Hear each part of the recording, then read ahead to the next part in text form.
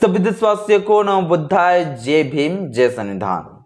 साथियों, आज के इस वीडियो में हम आपको कुछ कानूनी अधिकार के बारे में बताएंगे। जिस कानूनी अधिकार को आप जब पढ़ेंगे, आप जब जानेंगे तो आपको लगेगा कि उसी कानून के तहत ही जो है आपका जीवन का दिशा और दशा दोनों बदला है। अगर आपके जीवन में कुछ अच्छा हो रहा है या अच्छा होने वाला है तो उसी कानूनी अधिकार के वजह से ही, या आपके साथ कुछ बुरा हो रहा है तो जान लीजिए उस कानून को आप पढ़े नहीं। इसलिए साथियों, आज के इस वीडियो में हम उस कानूनी अधिकार के बारे में आपको हम बताएंगे। और ये कानूनी अधिकार किसी और ने नहीं बल्कि बाबा साहेब डॉक्टर भीमराव अंबेडकर जी ने दिया।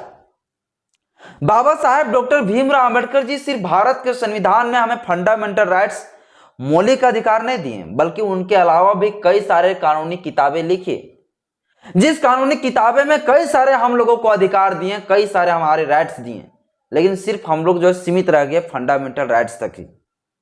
उनके अलावा भी कई सारे कानूनी किताबें लिखे, जिस कानूनी किताबों को आपको पढ़नी चाहिए, आपको अध्ययन करना चाहिए। आज के इस वीडियो में साथियों उसी कानूनी अधिकार के बारे में, उसी किताबों के बारे में आपको हम बताएंगे। Power of doctor Bhimrao Ambedkar ji. Baba Saheb Ambedkar जी सिर्फ भारत का संविधान निर्माता, संविधान का रचनाकार नहीं, बल्कि भारत का निर्माता आप इसे कह सकते हैं, भारत का रचनाकार कह सकते हैं। चलिए साथियों, उस कानूनी अधिकार को हम जानते हैं। इससे पहले साथियों, मेरा आपसे हाथ जोड़कर अपील है, यदि यह वीडियो आप लोग को अच्छा लगे तो लाइक करने बिल्कुल भी ना भूलें, क्योंकि जब आप लाइक करते हैं तो मुझे मोटिवेशन मिलता है। जब आप लोग लाइक नहीं करते हैं तो मैं बिल्कुल डिमोटिवेट हो जाता हूं। तो लाइक करने में बिल्कुल कंजूसाई ना करें। चैनल में पहली बार आए तो चैनल को सब्सक्राइब कर लीजिएगा, बेल आइकन पर प्रेस करिएगा, ताकि जब भी वीडियो अपलोड करूं आपके पास नोटिफिकेशन इसी प्रकार से समय समय पर पहुंचता रहे। साथियों, आज के इस वीडियो में हम ज्यादा फंडामेंटल राइट्स पर चर्चा नहीं करेंगे, क्योंकि फंडामेंटल राइट्स पर ऑलरेडी मैं कई सारी वीडियो अपलोड कर चुका हूं और जो भी कुछ बाकी है वो अपलोड हो भी जाएगा। आज के इस वीडियो में साथियों हम वो अधिकार के बारे में चर्चा करेंगे जो शायद आप लोग नहीं जानते होंगे, जो हमारे फंडामेंटल राइट्स को और भी स्ट्रॉन्ग, और भी मजबूत, और भी प्रोटेक्शन करता है, और भी संरक्षित करके रखा है। और उसके लिए बाबा साहब अम्बेडकर जी जो है और भी कई सारे कानूनी किताबें लिखी, और वो कानूनी किताबें में हम लोगों को जो है कई सारे अधिकार दिए गए जो आपको भी पता शायद नहीं होंगे। तो उसी अधिकार के बारे में आज के इस वीडियो में हम ज्यादा चर्चा करेंगे। इसलिए यह वीडियो बेहद ही साथियों जरूरी हो जाता है आप लोग के लिए देखना। तो ये वीडियो को शुरू से पूरा अंत तक जरूर देखिएगा। थोड़ा सा फंडामेंटल राइट्स पर भी हल्का सा चर्चा कर लेते हैं, बाकी बात फिर आगे हम नेक्स्ट जो हमारा कानूनी अधिकार है उस पर हम चर्चा करेंगे। तो बाबा साहब अम्बेडकर जी साथियों भारत के संविधान में, देखिए ये भारत का संविधान है, ये भारत का संविधान में बाबा साहब अम्बेडकर जी जो है भाग नंबर 3 में जो है हमें फंडामेंटल राइट्स दिया है। भाग नंबर 3 में क्या दिया? फंडामेंटल राइट, मौलिक अधिकार। जो हम लोग 12 से लेकर 35 आर्टिकल तक जब हम पढ़ते हैं ना, तो हमें फंडामेंटल राइट्स पढ़ने को मिलता है। और जो बाबा साहब अम्बेडकर जी हमें अधिकार दिए हैं वो 6 मौलिक अधिकार दिए। वो 6 मौलिक अधिकार में से पहला मौलिक अधिकार है समानता का अधिकार। कानून के समक्ष समानता के, जिसमें बात करता है कि कानून भैया सबके लिए बराबर है, और कानून के समान संरक्षण का जो है अधिकार की बात करता है। जिसे आप आर्टिकल जब पढ़ेंगे 14, तो उसमें क्या मिलता है आपको पढ़ने को? इक्वालिटी बिफोर लॉ, यानी कानून सबके लिए बराबर है। बड़ी जाति, छोटी जाति, ऊंच नीच, इसके आधार पर कानून तय नहीं होगा कि बड़ी जातियों के लिए अलग कानून होगा, छोटी जाति के लिए अलग कानून होगा, नहीं, कानून सबके लिए बराबर है। इसलिए आर्टिकल नंबर 14 में पहले लिख दिया। आर्टिकल 15 जब पढ़ेंगे तो आपको पता चलेगा कि हाँ भैया धर्म के आधार पर, जाति के आधार पर, लिंग के आधार पर, जन्म स्थान के आधार पर, वंश के आधार पर कोई भेदभाव नहीं चलेगा। आर्टिकल जब आप 16 पढ़ेंगे तो आर्टिकल 16 में पढ़ने को मिलेगा कि लोक नियोजन में समानता, यानी सरकारी नौकरी में सबका क्या है? समानता का अधिकार है। आर्टिकल जब 17 पढ़ेंगे तो आपको उसको पता चलेगा कि उसमें अस्पृश्यता का अंत किया गया है, छुआछूत को खत्म किया गया। आर्टिकल 18 जब आप पढ़ेंगे तो पता चलेगा उपाधियों का अंत किया गया, कोई राजा महाराजा वाला प्रथा यहां नहीं चलेगा। तो जब समानता का अधिकार पहले हम पढ़ेंगे तो समानता का अधिकार में से आर्टिकल 14 से लेकर 18 तक हम लोग पढ़ते हैं समानता का अधिकार। तो ये हो गया समानता का अधिकार एक। दूसरा अधिकार है स्वतंत्रता का अधिकार। जिस स्वतंत्रता का अधिकार में हम सभी को अभिव्यक्ति की आजादी दिया गया, अभिव्यक्ति की स्वतंत्रता, बोलने की आजादी दिया गया, भाषण देने की हम लोगों को आजादी दिया गया, और साथ ही साथ प्रेस की जो स्वतंत्रता दिए गए हैं उनको भी इसी के तहत दिया गया। इसके बाद धर्म की स्वतंत्रता। आगे साथियों तीसरा जो हमारा मौलिक अधिकार है वो शोषण के विरुद्ध अधिकार है, जिसके तहत मजदूरों को जो है अधिकार दिए गए। मजदूरों को जबरदस्ती कोई काम नहीं करवा सकता है, बंधुआ मजदूरी नहीं करा सकता। अगर ऐसा होगा तो उनको यह अधिकार है कि वो सुप्रीम कोर्ट, हाई कोर्ट भी जा सकता है। आगे साथियों है धार्मिक स्वतंत्रता का अधिकार, जिसमें साथियों किसी भी धर्म को मानने, उसका पालन करने और प्रचार प्रसार करने का अधिकार है। ये चौथा साथियों। पांचवा अधिकार है सांस्कृतिक और शैक्षणिक अधिकार, जिसके तहत अपनी भाषा, अपनी लिपि और संस्कृति को बनाए रखने का अधिकार सभी नागरिकों को है। इसके साथ साथ साथियों छठा मौलिक अधिकार संवैधानिक उपचारों का अधिकार, यानी जब किसी नागरिकों के साथ मौलिक अधिकार का उल्लंघन होगा तो वैसे व्यक्ति को जो है वो सुप्रीम कोर्ट, हाई कोर्ट भी जाने का उन्हें अधिकार प्राप्त है। ये साथियों जो है हमारा 6 मौलिक अधिकार हो गया। अब इसके अलावा हम फंडामेंटल राइट्स पर अभी चर्चा अभी फिलहाल नहीं करेंगे। बाबा साहेब डॉक्टर भीमराव अंबेडकर जी साथियों इसके अलावा जो है फंडामेंटल राइट्स को और भी स्ट्रॉन्ग बनाने के लिए एक कानून लिखा। उस कानून का नाम था civil protection act, protection act 1955, जिसको हम सिविल संरक्षण अधिनियम या सिविल अधिकार संरक्षण अधिनियम इसको कहते हैं। सिविल राइट्स भी आप कर सकते हैं, सिविल राइट्स प्रोटेक्शन एक्ट 1955। ये साथियों जो कानून बनाए गए बाबा साहब अम्बेडकर जी के द्वारा, इस कानून में साफ तरीके से लिखा गया कि किसी भी जाति को किसी भी धर्म के आधार पर जो है कहीं भी सार्वजनिक जगह पर जाने से नहीं रोका जा सकता है, और अगर ऐसा होगा तो उनको सजा की प्रावधान किए गए। बाबा साहब अम्बेडकर जी जेल के लिए जो है प्रावधान किया कि भैया जो किसी भी व्यक्ति के साथ जाति या धर्म के आधार पर सार्वजनिक जगह पर जाने से रोकता है तो वैसे में जो है उसे सजा होगा। सजा की प्रावधान किए बाबा Saheb Ambedkar ji. Civil rights protection act 1955, जिसको हम कहते हैं हिंदी में सिविल अधिकार संरक्षण अधिनियम 1955। यहां पे लिखा गया कि होटलों में जाने से नहीं रोका जा सकता। होटल में अगर पानी है तो भैया होटल में पानी पीने से नहीं रोका जा सकता है कि वो छोटा जाति वाला है। या तो कोई भी सार्वजनिक जगह हो या कोई खेल पार्क वगैरह हो, कहीं भी जाने से नहीं रोक सकता है। नदी तालाब कहीं भी जाने से नहीं रोक सकता है। इसमें साफ तरीके से साथ में ये लिखा गया। इसी सिविल राइट्स प्रोटेक्शन एक्ट के को जो है बदल कर क्या बना दिए गए, SC ST एक्ट बना दिए गए। 1989 में शायद ये कानून बना। Schedule caste schedule tribe atrocity act 1989, अनुसूचित जाति अनुसूचित जनजाति अत्याचार निवारण अधिनियम 1989।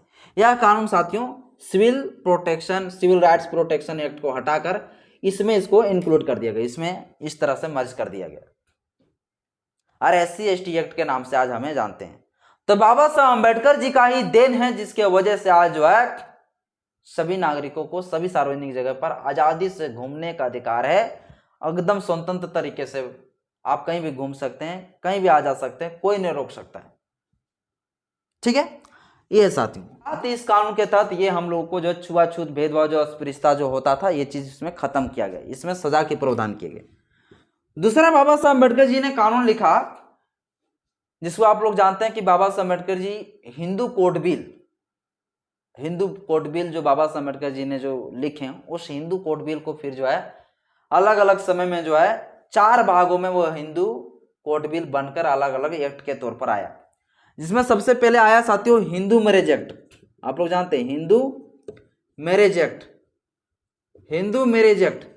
इस हिंदू मैरिज एक्ट 1955 हिंदू विवाह अधिनियम। ये हिंदू विवाह अधिनियम साथियों जब बाबा साहब अम्बेडकर जी का यह कानून आया तो इस कानून के साथियों जब यह कानून आया तो देश के लाखों नागरिकों को, लाखों महिलाओं का जिंदगी सुधर गया। क्योंकि पता है हमारे देश में बहु विवाह प्रथा था, यानी एक पुरुष 4 5 6 7 8 10 को बीवियां रख सकते थे और महिलाओं को जो है एक नौकर की तरह ट्रीट किए जाते थे। तो यहाँ पर जो है एक नियम बनाया गया कि भैया महिलाओं की जो है एक तो शादी की उम्र क्या होगा सही वो तय किया गया। साथ ही साथ जो इसमें यह भी तय किया गया कि भैया पहला पत्नी को जब तक नहीं छोड़ दे तब तक दूसरा जो है लड़की से आप शादी नहीं कर सकते, यानी कि अगर आप दूसरा शादी करना चाहते हैं तो पहली पत्नी को तलाक देना होगा, या तो फिर दूसरी भी शादी कर सकते हैं वैसी कंडीशन, जब कंडीशन में जो है पहली पत्नी का जो है बाल बच्चा आदि नहीं हो रहे हैं, उनका जो है बच्चे का जन्म नहीं दे पा रही है किसी कारणवश, या तो फिर जो है वो बीमार रहती है या विकलांग है, तो वैसे स्थिति में वो दूसरी शादी कर सकते हैं। यानी इसमें जो है साफ तरीके से कहा गया कि एक पति जो है 10 को जो है पत्नी नहीं रख सकता है, बहुविवाह प्रथा खत्म कर दिए गए।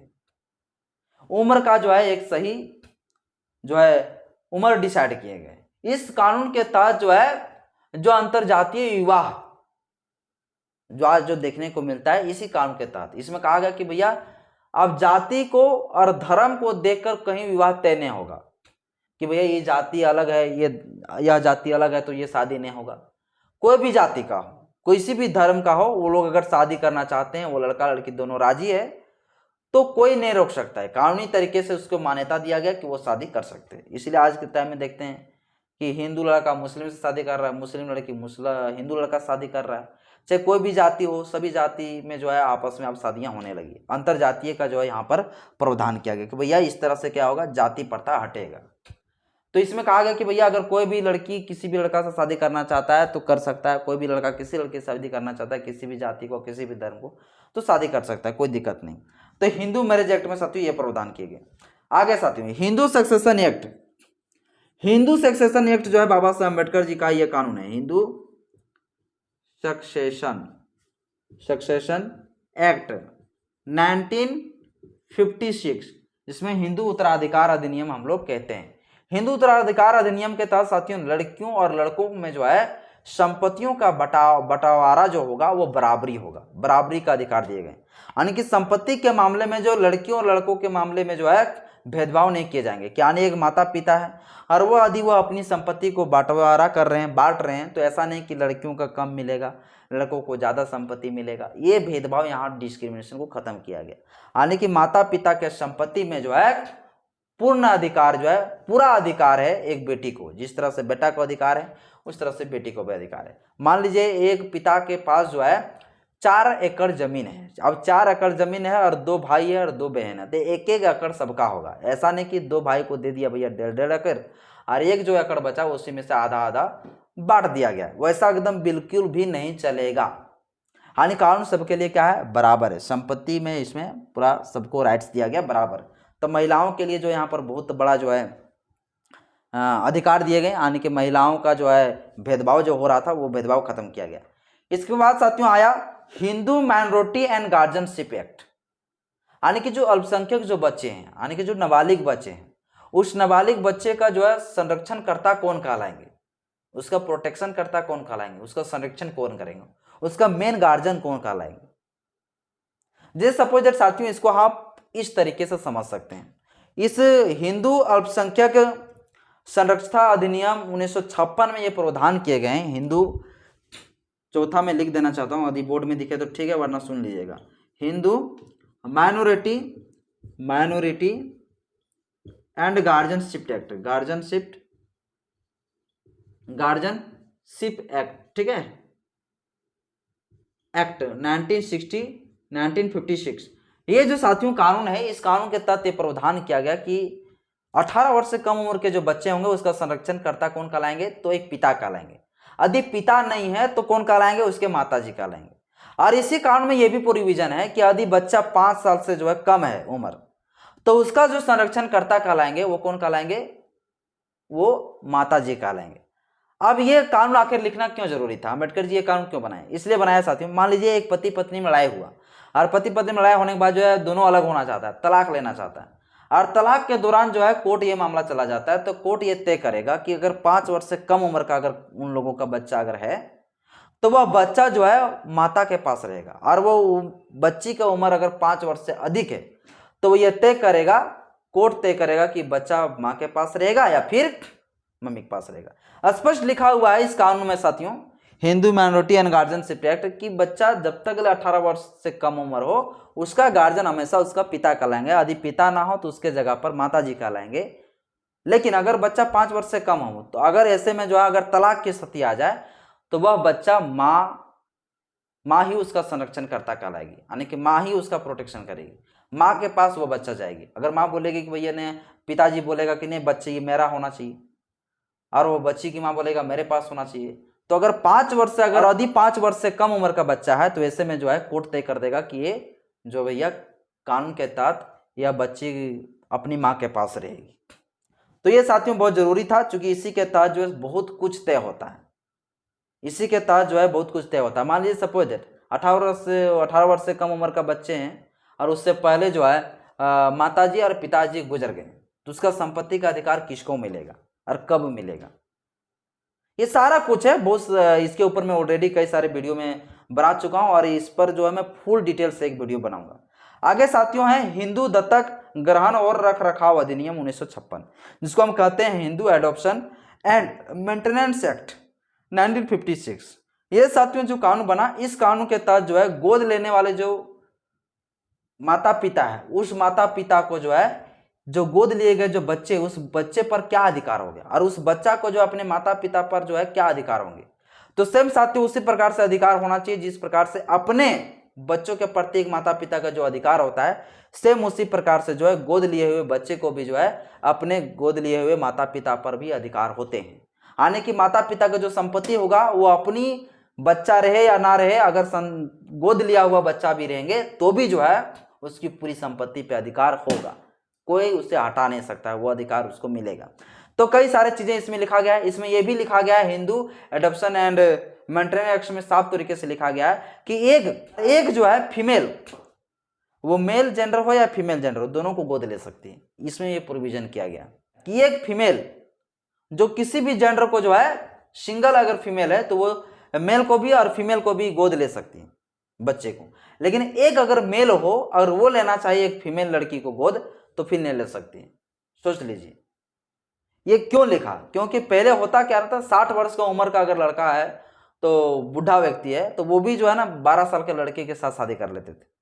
तो इसीलिए अम्बेडकर जी प्रोविजन कर दिया इसमें कि भैया, इसीलिए इसमें प्रोविजन अम्बेडकर जी कर दिया कि एक जो है फीमेल, सिंगल फीमेल अगर हो कोई भी महिला, वो अगर गोद लेना चाहता है तो मेल को भी ले सकता है, फीमेल जेंडर को भी बच्ची को गोद ले सकता है। लेकिन एक मेल पुरुष हो तो वो फीमेल को जो है गोद नहीं ले सकते। पति और पत्नी अगर लेना चाहते हैं बच्चे को गोद तो उसके लिए भी नियम लिखा गया। उसमें नियम क्या लिखा गया, उसमें नियम ये लिखा गया है कि पति जो पत्नी है उनकी उम्र से 21 साल का अंतराल बच्चा होना चाहिए, 21 साल के, और बच्चे और उस माता पिता में 21 साल का अंतराल होना चाहिए। मतलब क्या, अगर 24 साल का अगर एक पिता, एक वाइफ हस्बैंड है तो 3 वर्ष का बच्ची को गोद ले सकती है। यह प्रोविजन किए गए हैं। इसके बाद साथियों इस मातृत्व लाभ अधिनियम 1948 में कानून लिखा, जिस कानून में साथियों ये साफ तरीके से लिखा गया कि डिलीवरी से पहले अगर किसी महिला का डिलीवरी हो रहा है, डिलीवरी से पहले भी उसे छुट्टी का अधिकार मिलेगा, और जैसे ही डिलीवरी हो जाएंगे इसके बाद भी जो उसे कुछ दिनों तक रेस्ट के लिए अधिकार मिलेगा। यानी कि डिलीवरी अगर होने वाला है तो उससे ठीक 2 से 3 महीना पहले उसे छुट्टी मिल जाएगा। नौकरियों में कोई भी काम कर रहा हो, किसी भी कारखाने में कर रहा तो उसे नौकरी से पहले छुट्टी मिल जाएगा, डिलीवरी होने से पहले छुट्टी मिल जाएगा। इसके साथ साथ अगर डिलीवरी हो गया है तो भी उसको जो है कुछ समय तक जो है उसे छुट्टी मिलेगा। तो इसके लिए बाबा साहब अम्बेडकर जी जो है मैटरनिटी बेनिफिट एक्ट 1948 में यह कानून लिखा, जिसके तहत जो आज के महिलाओं को जो है प्रसव के दौरान और प्रसव के बाद भी जो है उसे छुट्टी मिलते हैं। सरकारी नौकरियों में हो, चाहे फैक्ट्री में काम करता हूँ, कहीं भी काम करता हूँ। इसके बाद साथियों देश के लाखों करोड़ों मजदूरों गरीबों के लिए जो किसी भी फैक्ट्री में, कारखाने में या किसी कंपनी में या किसी प्राइवेट संस्थान हो, चाहे वो सरकारी संस्थाओं में जहां पर लोग मजदूरी करते हैं, काम करते हैं, वैसे काम करने वाले मजदूर लोगों के लिए अंबेडकर जी जो है एक बहुत बड़ी जो है अधिकार देने वाली जो है किताबें लिखी, एक कानून लिखा, और उस कानून का साथियों नाम है द मिनिमम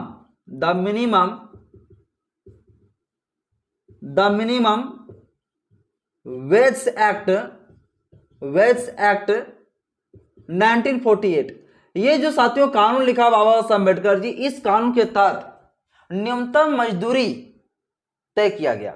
इस कानून का ही नाम है न्यूनतम मजदूरी दर अधिनियम 1948।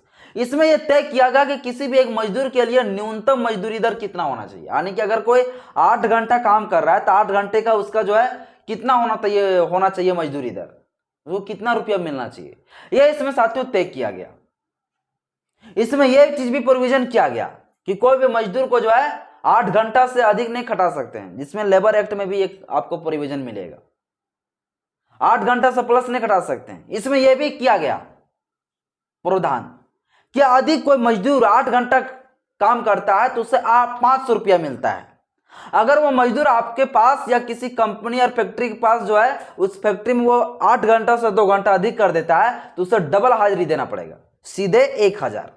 यानी कोई भी व्यक्ति, कोई भी कारखाने वाला, कोई भी मालिक जो है आपको पूरी तरीके से बंधुआ मजदूरी नहीं बना सकता है, बंधुआ मजदूरी नहीं करा सकता आपको, यानी कि आपसे 10 घंटा खटाकर आपको 500 रुपया नहीं देगा। 8 घंटा का अगर 500 बनता है, अगर 2 घंटा अगर आप करते हैं तो डायरेक्ट 1000 लेना पड़ेगा आपको, 1000 आप ले सकते हैं, यह आपका अधिकार है। यह बाबा साहब अम्बेडकर जी देश के लाखों करोड़ों जो है मजदूरों के लिए दिया अधिकार। इसके बाद कोई भी लोक सेवक कर्मचारी हो तो लोक सेवक कर्मचारियों के लिए जो है उनके जो है पेंशन का अधिकार दिए गए। जो आज मिलता है पीएफ वगैरह जो कटते हैं, पीएफ वगैरह कटने के बाद जो पैसा बाद में मिलता है, वो सारे प्रोविजन बाबा साहब अम्बेडकर जी किए गए। ये सारा कुछ टीए डीए ये सारी जो व्यवस्थाएं हैं फैक्ट्रियों में, कंपनियों में, ये सारा कुछ बाबा साहब अम्बेडकर जी ने दिया। और कोई सरकारी नौकरी से बैठता है तो उनके लिए जो पैसा मिलता है वो भी जो है बाबा साहब अम्बेडकर जी ने जो है प्रावधान किया। जो भी सरकारी नौकरी करते हैं वो सरकारी नौकरी के दौरान अगर किसी व्यक्ति का मृत्यु हो जाता है तो उसके परिवार वाले को किसी को सरकारी नौकरी मिलेगी या तो उस कंपनी में काम मिलेंगे। यह प्रोविजन बाबा साहब अम्बेडकर जी ने करके गया।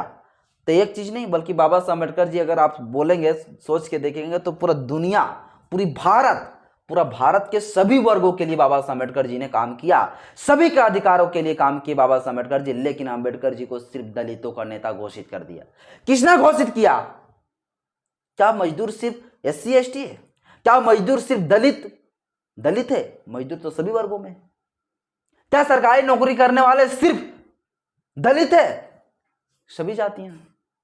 तो अम्बेडकर जी सिर्फ अपने लिए, अपने समाज के लोगों के लिए कहां किया? भारत का संविधान क्या है? सिर्फ अपने लोगों के लिए लिखा, जिससे देश चलता है, सबके लिए किया। लेकिन बाबा साहब अम्बेडकर जी को सिर्फ एक दलितों का जो है मोहर जो है थोप दिया गया कि यह सिर्फ दलितों का नेता है।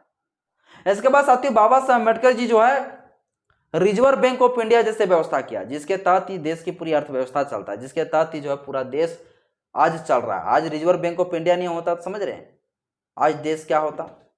तो बाबा साहब अम्बेडकर जी ने किताब लिखा the problem of the rupee, जिसके नाम से ही जो जिसके ही किताब से जो है रिजर्व बैंक ऑफ इंडिया की स्थापना हुई।